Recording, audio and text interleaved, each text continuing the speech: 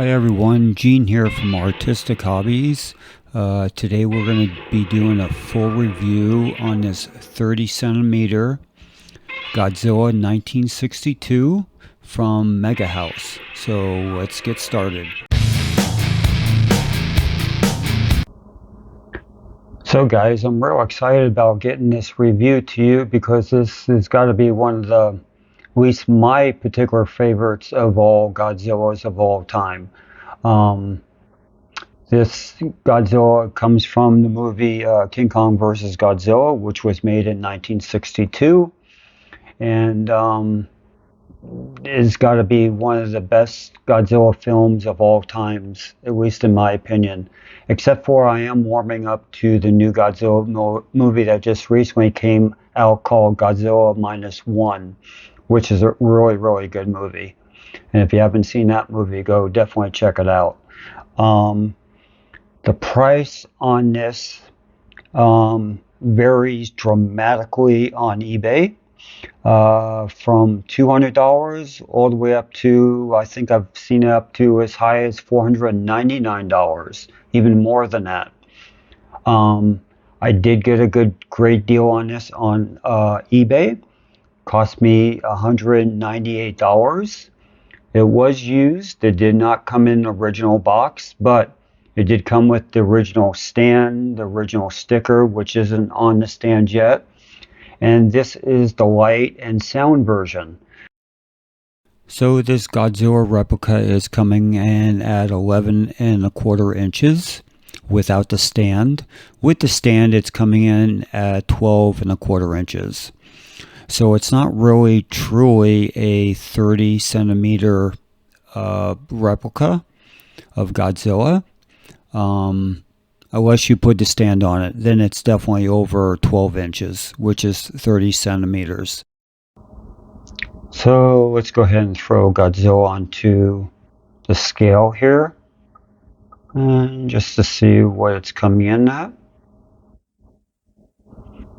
And as you can see, 1 pound, 15 ounces, almost 2 pounds. Not too bad. It has some nice weight to it. So, like I said at the beginning of this video, this is the light and sound version. So it takes 3 AAA batteries. So I'm going to go ahead and install those right now. And hopefully everything works. Like I said, I bought this used on eBay. I did inquire about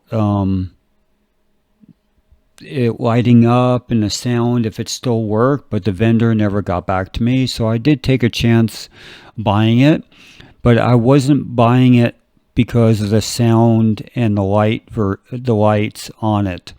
I was buying it for the sculpt itself, the figure itself. So the lighting up is just a bonus for me, and the sound is, but I truly bought it just for the figure itself.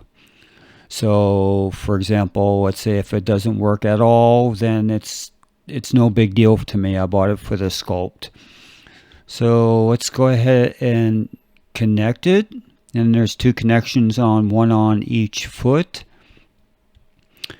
They are a little pain to line up, but once they do line up, they sit on the base very nicely. So let's go ahead and turn it on and see how this thing works.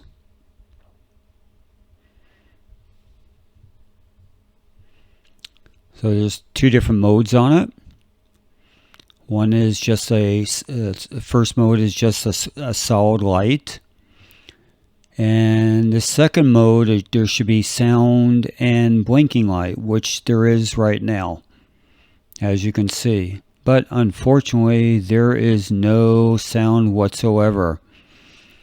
A little disappointing, but like I said, I did not buy this model for the lights and the sound. That was just going to be an extra bonus for me. I just bought it for the sculpt and the way it looked. So here it is. I turned down the lights all together, and you can see how it lights up.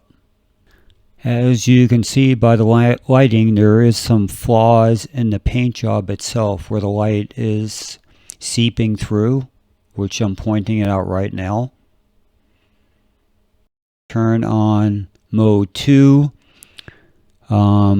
He is flashing in his mouth, representing he's, I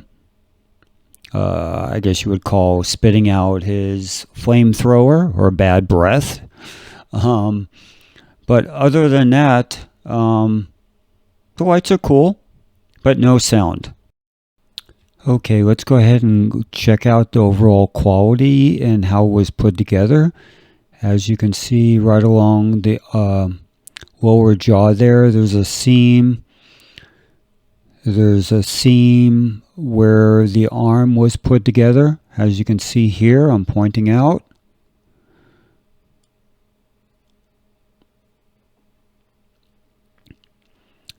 There's also a seam here on how the lower neck, I guess you would call it, was put together. Now this is where the tail is put together to the rest of the body, and I'll show you that in a little bit. So if you look closely, there is a seam where the toes were connected to the lower foot there. You can notice the seam line just a little bit there. And on the other foot, the seam on this one is noticeable up very close. So here's another look at that seam that I mentioned a little while ago.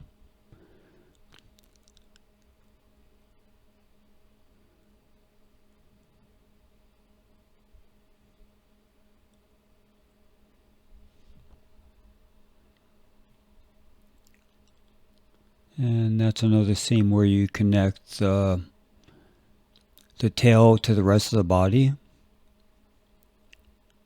And I do not see any seam lines going along the tail here. Looks like it's put together very nicely, molded very nicely. So I do see a seam line where the dorsal fins were put onto the model. And that's probably where all the wiring and lighting effects are behind this area. And you can see there where it was connected. Another seam line going up there, you can see. I assume that's a seam line.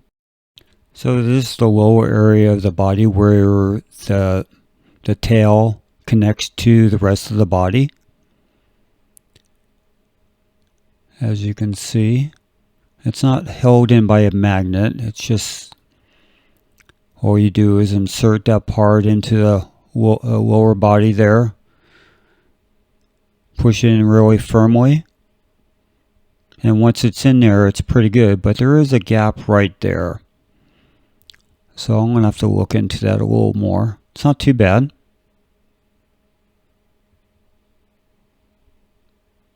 Other than that, everything else is put together fairly well on this model. Nothing seems like it's going to come apart, which is a good thing. As to the paint application and the sculpt itself, there's a close-up of its eyes. Did a nice job on that.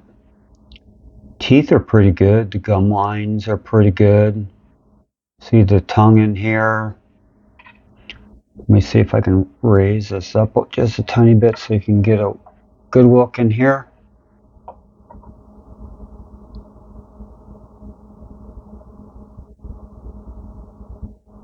Here's his other eye up close.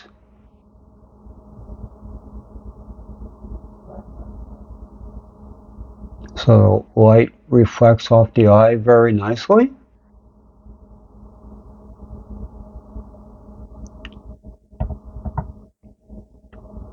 Do you see some brown patches here? And that's pretty accurate to the film. Well, down here, along the legs. And you gotta remember, this was a suit that a person got into. So it looks pretty baggy. And if you compare it to the movie King Kong vs. Godzilla, which I'll show you right here, you're going to see kind of, I guess you would see a seam line or something there. It's kind of baggy along here, which you look down here, you can see that line also, baggy across here. So as far as the bagginess of the sculpt, it's pretty accurate. And as far as the overall color, the movie is pretty dark in a lot of ways. So I'm not totally sure if the color of this needs to be a lot darker. But with that said, I do like the sculpt overall. Paint scheme. As far as the dorsal fins, they might look too white to me compared to the actual figure in the movie. As far as the nails is concerned, they were always pretty much the same color as the rest of the body. And I'll show you right here. They're not like a typical nail, like for example, Godzilla 2023. You can see the nail is basically almost the same color as the rest of the body.